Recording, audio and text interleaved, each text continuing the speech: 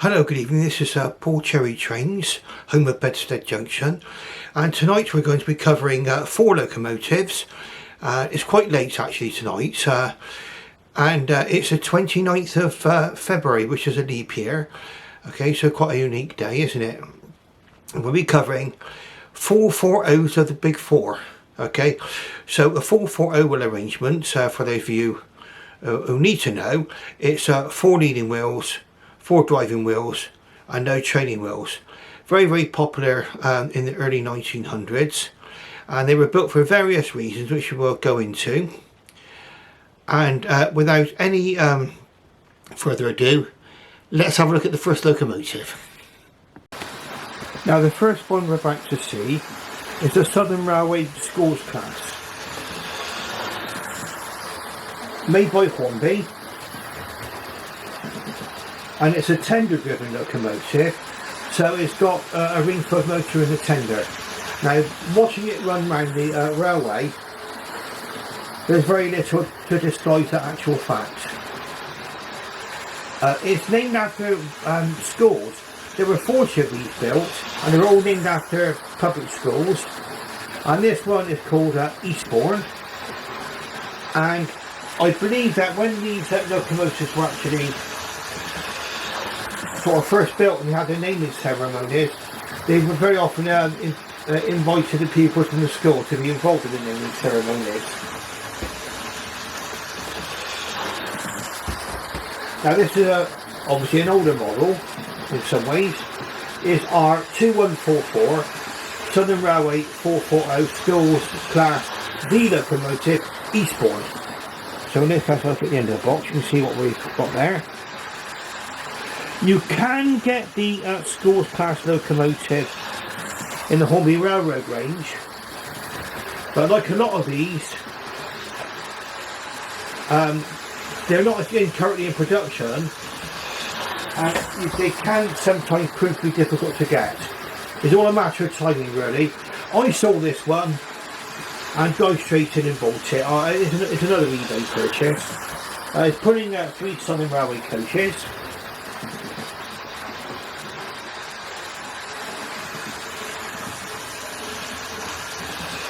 And we're looking at a class of steam locomotive designed by Richard Monkshaw for the Southern Railway. The class was a cut down version of the Lord Nelson class, but also incorporated components from Yory and Monkshaw's King Arthur class. It was the last locomotive in Britain to be designed as a 440, and was the most powerful class of 440 ever produced in Europe. The most powerful 440 ever produced in Europe. And all 40 of the classes were named after English public schools. And they were designed for the semi-fast services or lines which could cope with high axle loads. There are some which had short turntables, and that was something unique about the Southern Railway. Two features: they had short turntables, which very often meant that they had to use 6-wheel tenders instead of 8-wheel tenders. The reason they often had to use 8-wheel tenders is because there were no water troughs on the Southern Railway. This one is running with a 6-wheel tender, running really beautifully in my opinion. It's got quite a lot of nice detail to it as well. I don't think it's got a fully detailed cab, but very nicely line ganch and everything else.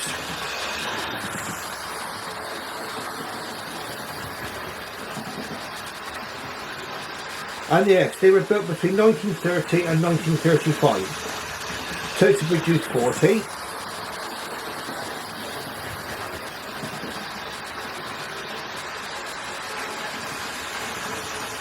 A tractive effort of 25,130 pound-feet.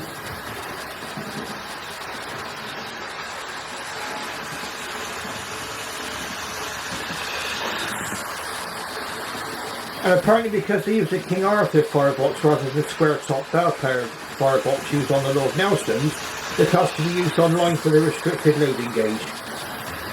And some of the best performances by the class was on the heavily restricted Cumbria to Hastings line. The locomotive produced well from the beginning, but was subject to minor modifications to improve their performance over the years. The class operated until 1961 when master calls took place, and they were all gone by December 1962. 3 examples are now preserved.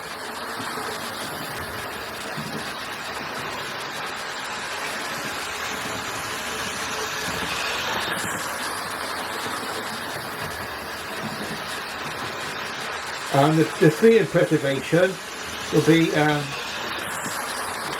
going over the BR numbers, 30925 Cheltenham, 30926 Repton, and 30928 Stowe. And Cheltenham is part of the National Railway Collection.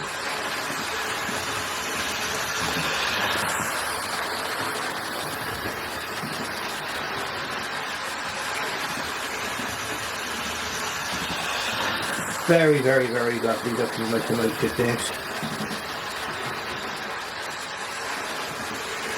Now the reason I put these various locomotives together is because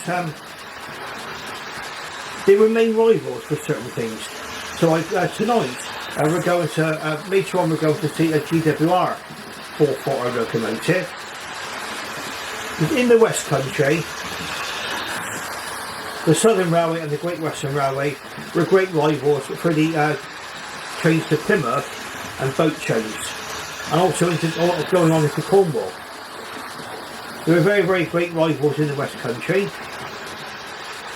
The Midland Railway also would appear at the on the Great Western region of British Rail, but they were more rivals really with LNER for trains to Scotland, from London to the north of England. So what I've done is later on you'll be able to see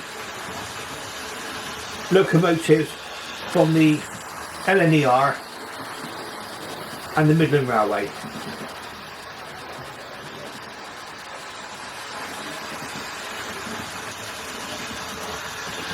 Now we'll have a look at the 2 locomotives together quite shortly.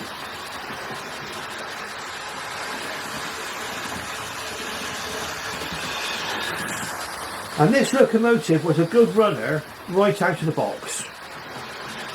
Obviously a second-hand one, purchased from eBay. Delighted with the purchase. I've had various luck with eBay purchases. In the main they've been good. Okay. Occasionally I've had the odd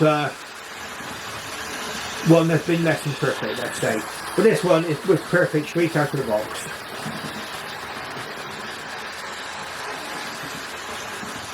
Now I believe that this is a time when Hornby really did make a really nice locomotive. I think that they actually have got they've got that balance, in my opinion, between detail and durability. So does it look convincing going around the track? Yes it does. Does it look nice when it's stopped at the station? Yes it does. And in fact what we're going to do is we are going to pull this locomotive over into the station, and you'll see what she's like on points.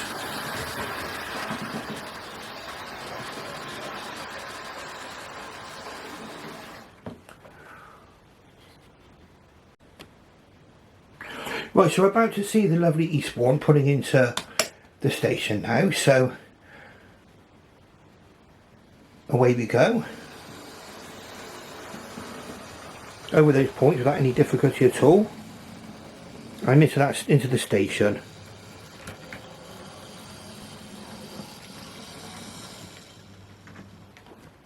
Perfect. Okay, so this gives us a chance to see the Great Western locomotive and the Southern Railway locomotives together.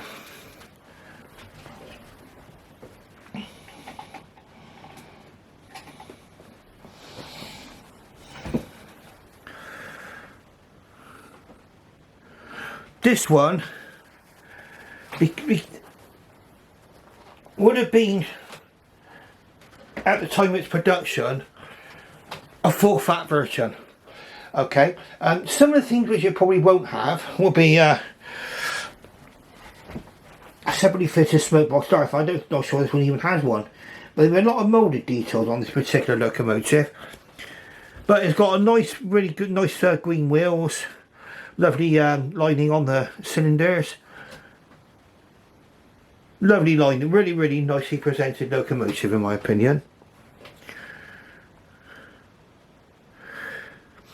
Now the next locomotive you're about to see is going to be the Great Western 440, and it's going to be a county class. Okay, so we'll get into that in just a moment. Right, so we're just going to run the 440 county out of the station now. I'm just following it on its progress out of the station.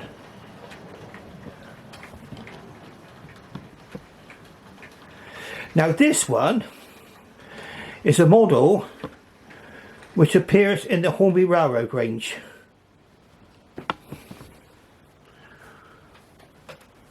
And there'll be some of you who are sort of new to the hobby might wonder what the difference is between the Hornby Railroad range and the top of the range, for example. And now there's even a Railroad Plus just to further muddy the waters, and we'll go into that quite shortly. Now then, we'll just get underway now.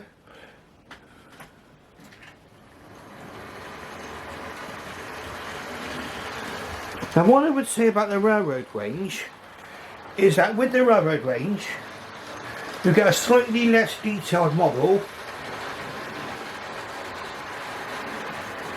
usually more durable, so you're not afraid to handle it, okay, and it will come in at usually a lower price.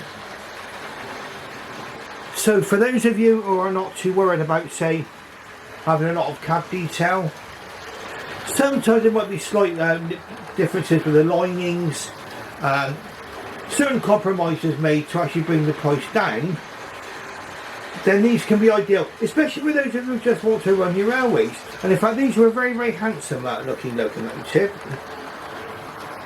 With these, they originally had a Ringford motor in the tender, but with the railroad range they moved the motor into the locomotive itself.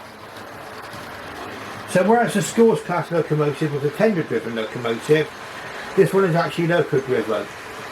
But when you look at the actual tender itself, you'll see that the coal load will be piled rather high, and that's because they use the same tender they used to accommodate the Ringford motor. So that would be the hump there that would have actually accommodated the original Ringford motor.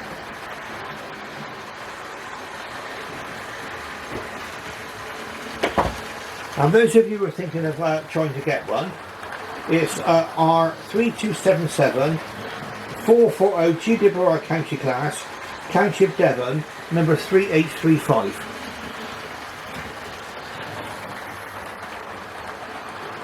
Here we are. And you can get a nice box one in good condition. I mean, even though it's tender driven, County of Cornwall is really, really nice in the 440 configuration. On this particular one I've actually added a loco crew, and that in my opinion gives the cab a lot of interest. I mean, because you've not got the detailed cab, a painted cab, it can be all black in there. You add a loco crew, you've got the interest added to it. Now these have actually got traction tyres, and in fact, as far as I know, all of the Hornby 440 railroad range have got traction tyres on the driving wheels. To be fair, this does enable the locomotive to pull quite a nice long train without any fear of the wheel slipping. Now I know a lot of people don't like traction tyres. Me, I don't mind them. There are places for them, and on this particular model this will be the place for them. I've tried using a 440, and in fact I'll explain to you about that later on. What happened when there was a problem with traction tires, and that was on one of my Midland locomotives. Now these were all withdrawn by the mid-1930s. They came out in the early 1900s. I believe again there were 40 of them built, and they were built for the lightly laden routes of the Great Western Railway, and they're literally a shortened Saint class.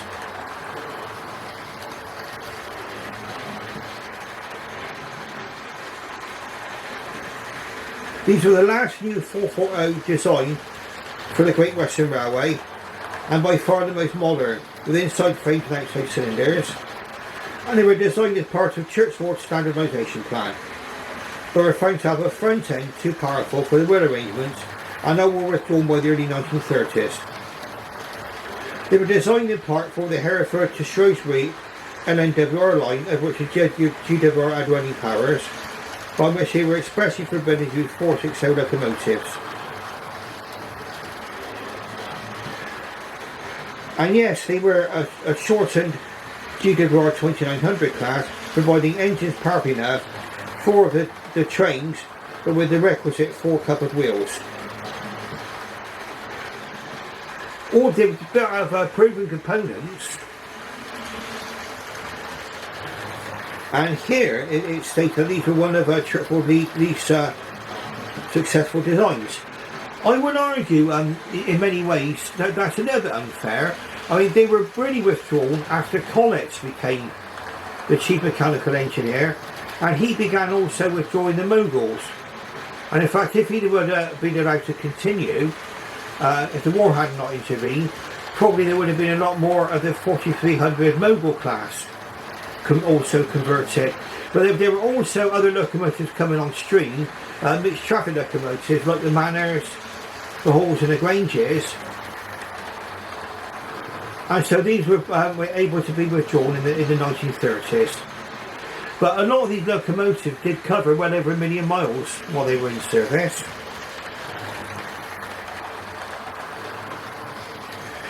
They did ride rough because obviously you had the power of the Saint class on the front, but when we going to 4 wheels instead of 6.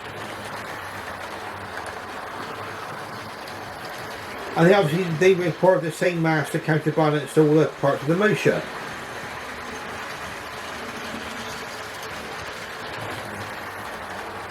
They were also the base of the County Tank GWR 221 class, a class designed at 442T using the same basic design.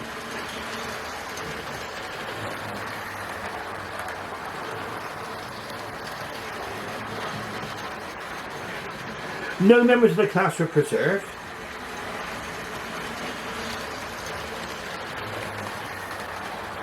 But the Great Western Society has taken the decision to recreate the next locomotive in the sequence, 3H40 County Montgomery.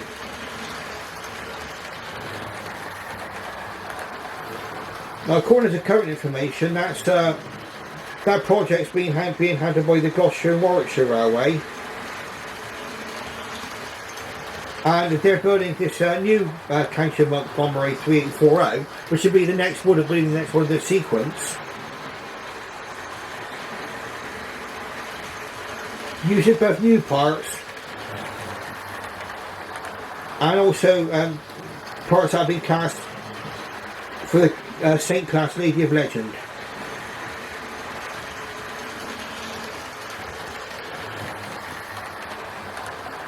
So really a nice locomotive, as I say. Yes, they were rough riding, okay, because obviously a lot of power being transmitted to the 4 wheels instead of 6, and driving wheels that is. But they did have a relatively long period in service. I'd say most of them covered well over 1 million miles.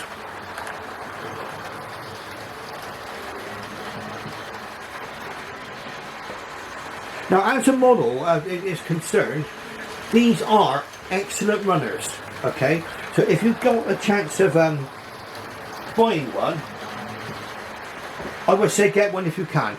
And obviously, you need to, on eBay, you need to look rather carefully at the description, and sometimes I've even fallen foul of that. This one turned out to be a really, really nice buy.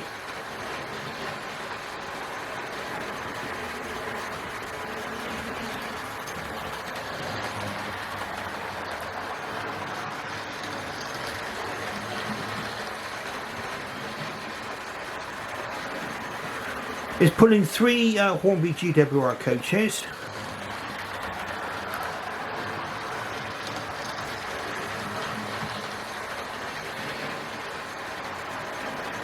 And these are collet coaches.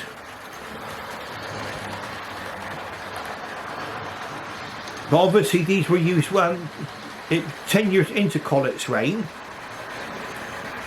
So they would have been likely to be seen pulling these actual coaches.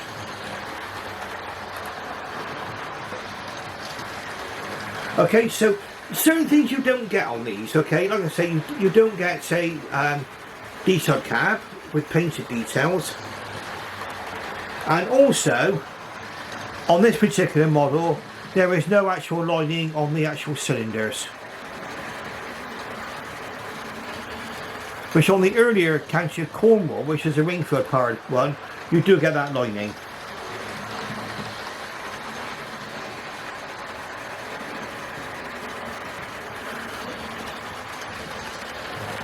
Beautiful runner. Now what we're going to do is we're going to be putting this one into the station, and I'll be looking at the next two locomotives on this running session. Now we're at 25 past 10 at night, so it's likely we're going to be releasing this video quite late. I'm tempted to actually do it in the morning, but we'll see what happens, and shall we go. Okay, so we're going to stop up at the signals, and again you'll see that how this one is over points.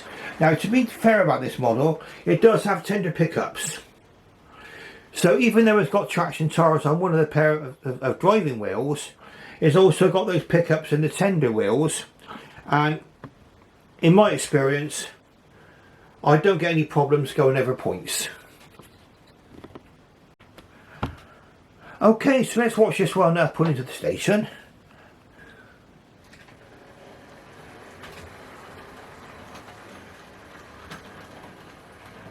And again, no problems whatsoever handling those points. And we're just about to pull gracefully into the station. So there we are, that's the 2 locomotives together. That's the Southern Railway Schools class, Eastbourne, and the 440 County class designed by George Action Churchward, and that is the County of Devon. Okay, so when you look at the look next, you'll see as if by magic there'll be 2 completely different trains here.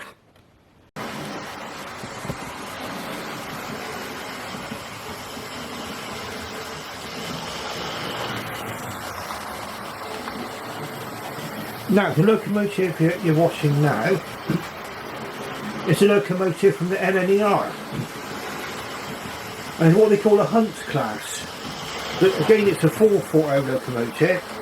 This time this one is in black BR livery, Lake's crest,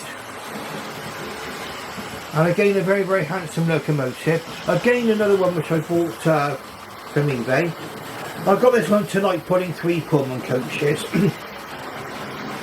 Now I know some of you might argue whether it's prototypical or not, but for me, I'm quite happy to run this tonight. It only looks quite a handsome looking train.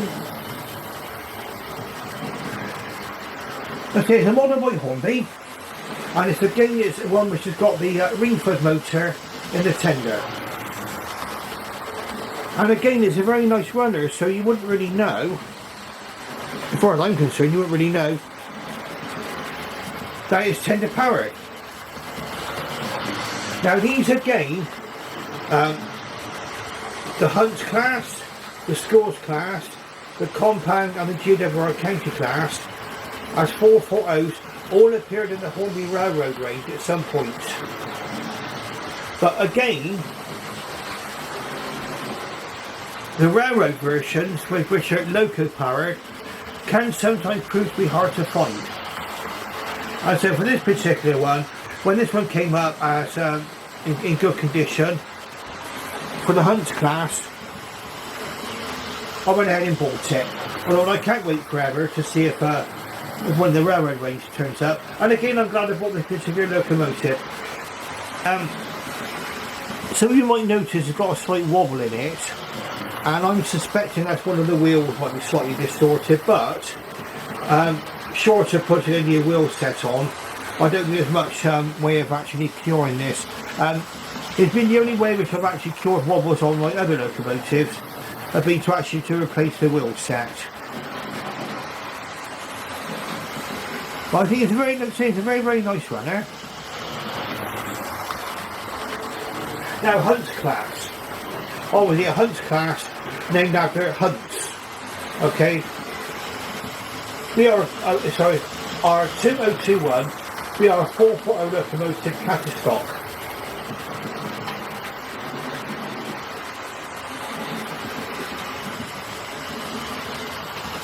Now this is one of the Hornby top link range, which I believe came out in the mid-1990s, about 95, 1996. Okay, so I've got a few locomotives like this.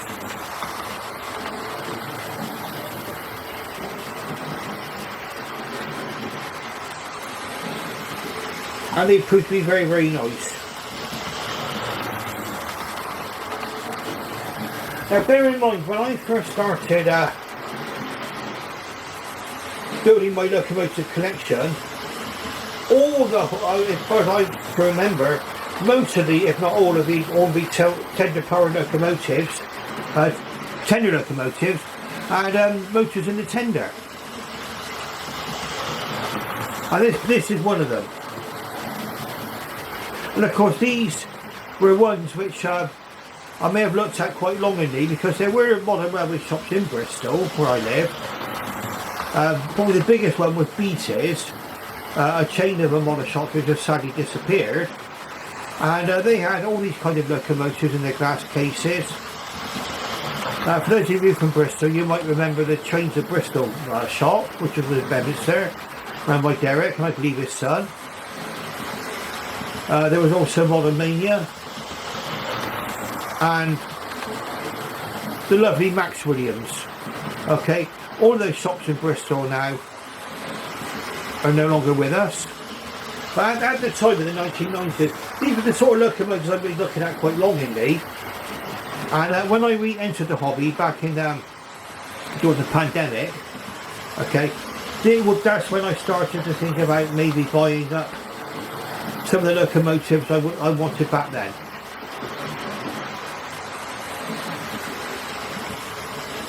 Now the Hunt class.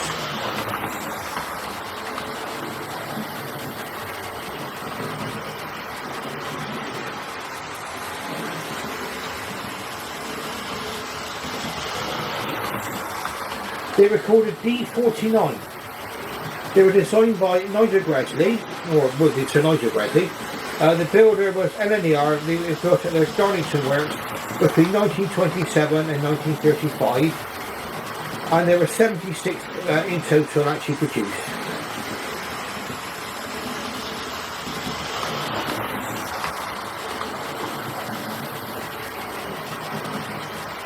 They were classed as a 4P.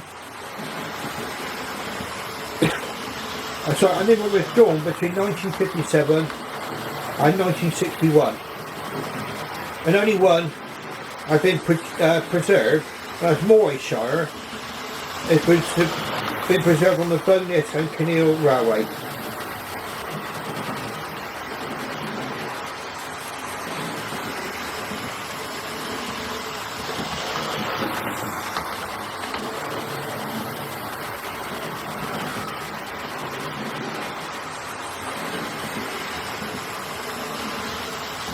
Now again, I find with the Hornby Wingfoot motor, as long as you look after them, they're well lubricated, kept clean and well lubricated, they're normally quite quiet runners.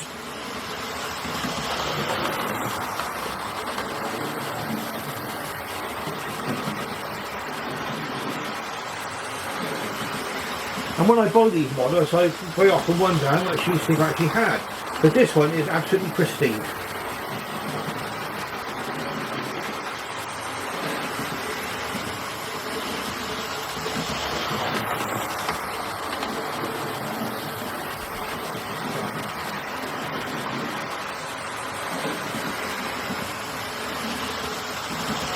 Now, these were built at the same time as they were building the Flying Scotsman and Mallard and things like this. So I suspect that these were probably built for the secondary routes of the LNER.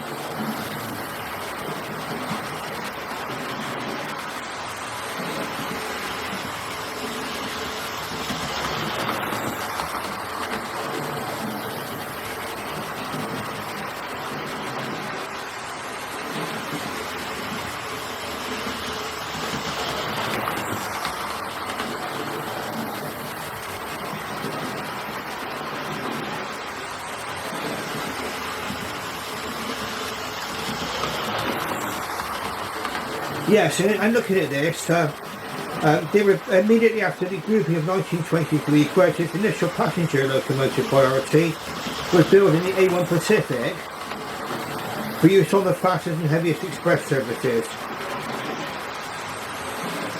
The immediate demand for these engines was met by 1925, and Greta started to design a new locomotive for intermediate express duties.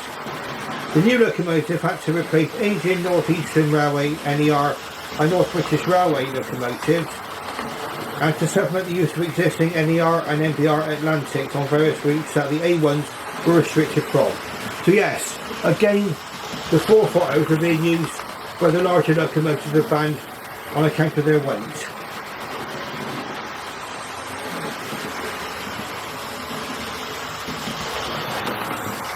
These use a 3-cylinder arrangement, and for reasons for economy, the 440 wheel arrangement was chosen over the possibly more logical 442 Atlantic wheel arrangement. And also, these share the same border design as used on the successful J39060 goods engine. The first engine at Yorkshire was completed at Darlington in October 1927, and the D49 will be the last LNER 440 designed to be built, and a total of 76 D49s were built between 1927 and 1935.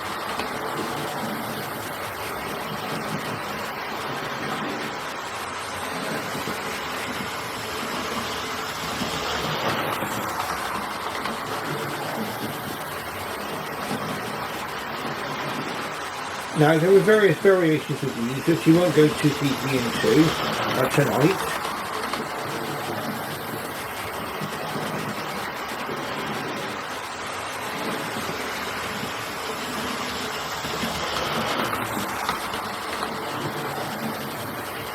They did suffer from various mechanical difficulties, which meant they had to be modified during their lifetime.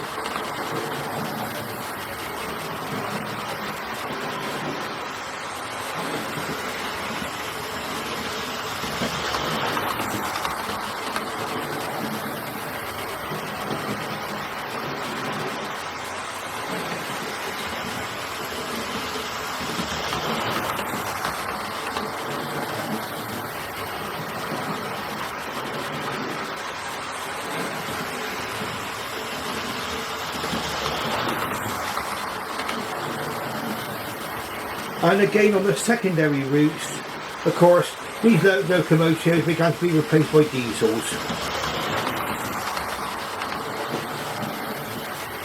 Okay, so we're watching this locomotive go around quite nicely now. And we're moving on to our last locomotive in just a moment. So what we'll do is we'll have a look at our two locomotives together. So we're just going to approach the signal box and wait for the signal before we run in. And okay, we're going to see what this tender driven locomotive is like running over points.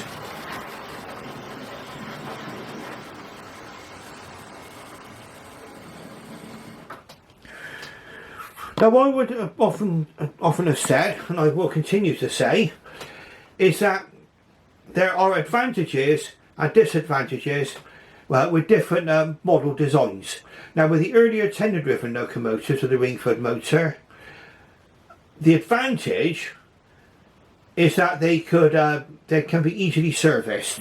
Okay, you can easily work on them, and also good for cleaning.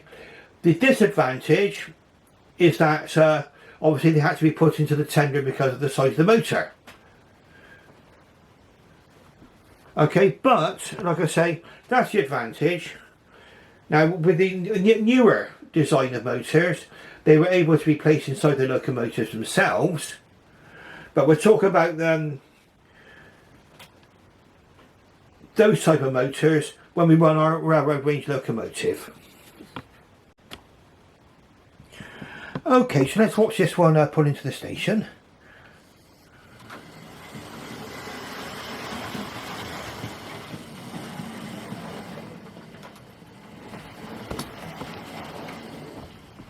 And again,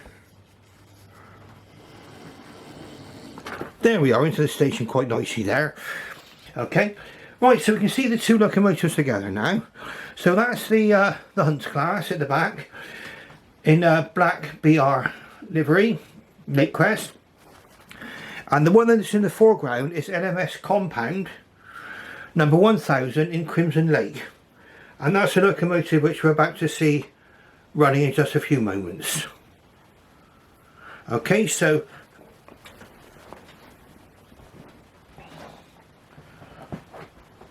we just to get this one out of the station.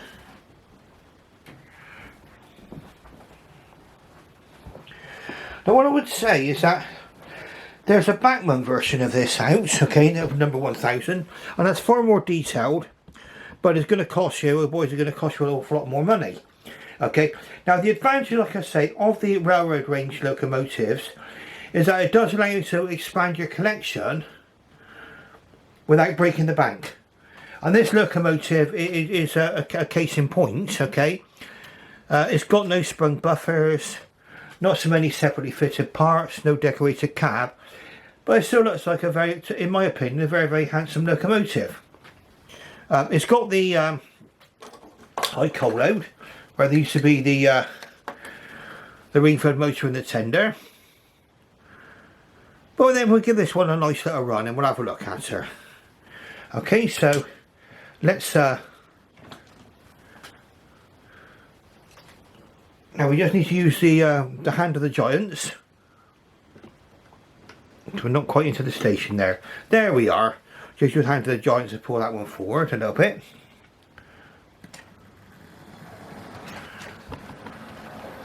And you can see this one reversing out of the station quite nicely there.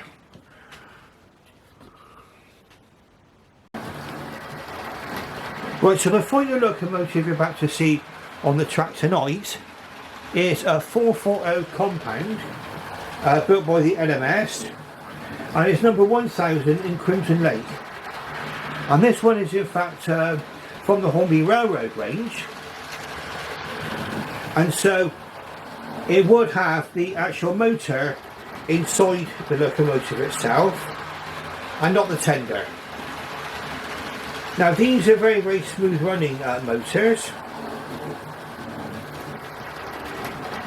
and I suspect they would carry on and give you many, many years of service. Now, the only thing is, with these two particular type of motors, and the same with any modern rubber locomotive, should that motor give you trouble, you'll be then looking to replace the motor. And that is where finding replacement motors can sometimes be an issue.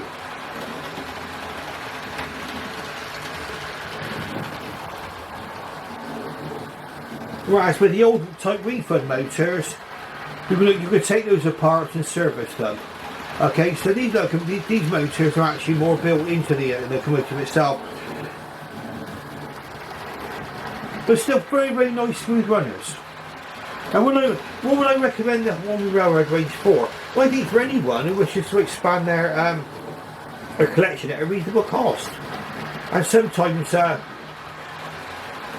We don't always need the highly detailed locomotive. I mean, some of the new later locomotives that have come out today are magnificent. You know, like my recently purchased a Pure Scale Manor. But there is a place for these particular models, in my opinion. Now, this model's got traction tyres. Again, I can hear some of you booing at the screen. Some people like traction tyres, some people don't. On this particular model, it's an essential. When I first received this model through the post, again an eBay purchase, yes, it did go forwards and backwards as described, and it's in good condition as described. Need a bit of a clean up, but when I put the coaches on, it wouldn't move. The wheels were thrashing around, it was going nowhere, and I knew what was wrong. The traction tyres were in fact rotted through. Now, since then I've replaced those traction tyres, which isn't that much of a bad job to do actually. Now you can see this is running perfectly well, and this locomotive is capable of pulling quite heavy trains without the wheel slipping.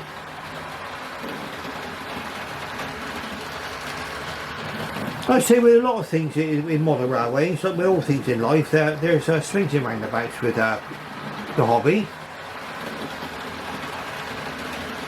Am I happy with this model? Yes. I mean, if you want a more detailed version of this particular one, there is a Batman version, okay, which is magnificent, but you obviously have to pay to get it.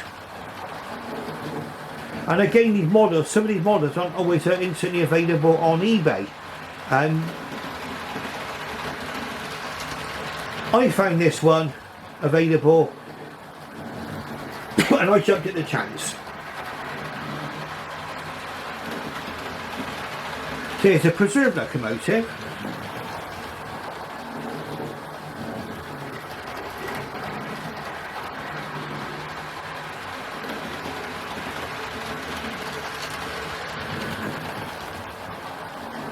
And these were in fact these were 4P locomotives, and I believe these were built by Dealey and Johnson. Had a hand in these.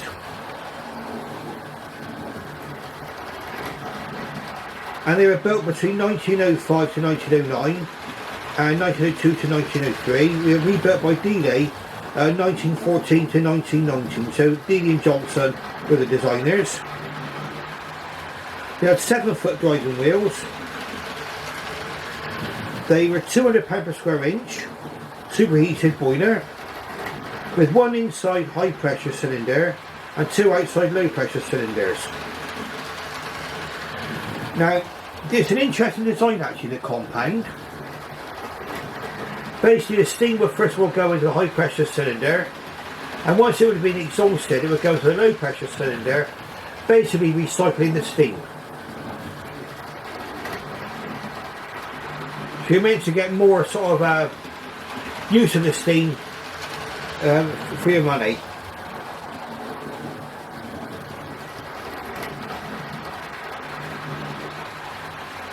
And these engines are considered by some to be the only really successful compound locomotives ever to work in this country. Originally the process was seen as a method of fully utilising the steam, but because of inadequate fuel performance was exhausted before all of its potential power had been extracted. So compound engines use the steam produced by the boiler twice, first in the high pressure cylinders and second in the low pressure cylinders.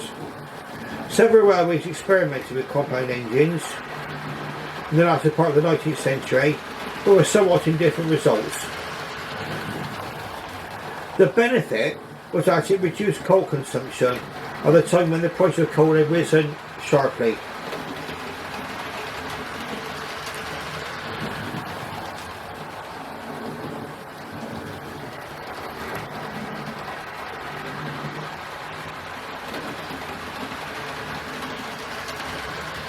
And these gave some fine work on the Mountain of Sutton and Carlisle line.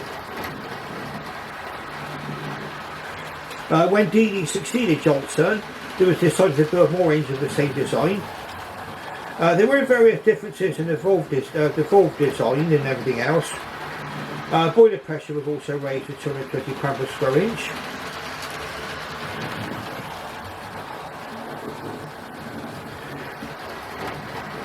And then the design was adapted as a standard design by the NMS and another under 1995 engines, which turned out between 1924 and 1932. And that was a later Fowler compounds, which have smaller driving wheels and 200 square inch boiler pressure. So there were two different designs that came out. So this is the Dealey and Johnson design, which we can see going around now. And if I do have a model of the Fowler design, which I can show you at some later stage.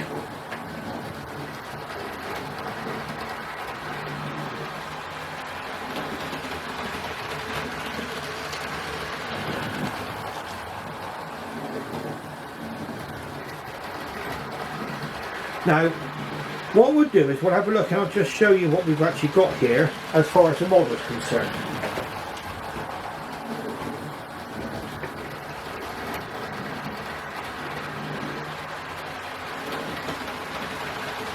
Now, it's R3063 NMS Compound 440. There doesn't appear to be any other information on it. Okay, and just to let you know, the railroad range always comes in this polystyrene packaging normally, and it does say railroad on the box. So when you're looking at, anybody looking at this for the uninitiated, you know what, if you see this, you're looking at the railroad, slightly less detailed models, okay, but this one is actually DCC ready.